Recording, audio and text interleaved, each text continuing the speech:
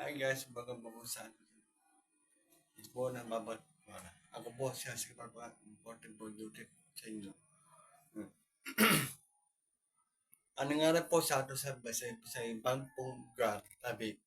Nangyari na po tabi mismo ang kasan tabi sa Iraq tabi mismo noong 2006-2004. Nangyari po na po karpon tabi po mismo.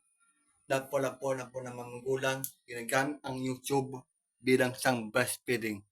Ano po yung bang effect sa tamis mga vlogger? Ang mga effect na po tabi vlogger may batas po sa YouTube na Architect 11777.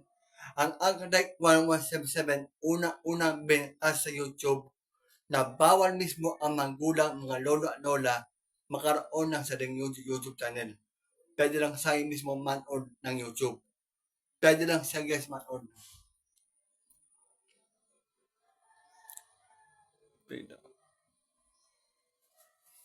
Ginagamit mismo na yun mismo ang uwang ng karon mismo na yan bilang sang parent mismo ginagamit ang YouTube bilang sang inunan mismo para makapakan ng mga bulong, para makapakan ng inuuno mga pampers sa buday, makapakan alugyaan, pinababawal sa Facebook. YouTube mismo, hindi niya pwede. Pwede yung guys mismo, ibon kakuan. Kakuan tabi mong gimay sa YouTube. Basta sa papakan na babada, ay is mamin, sabog mo sa korpo.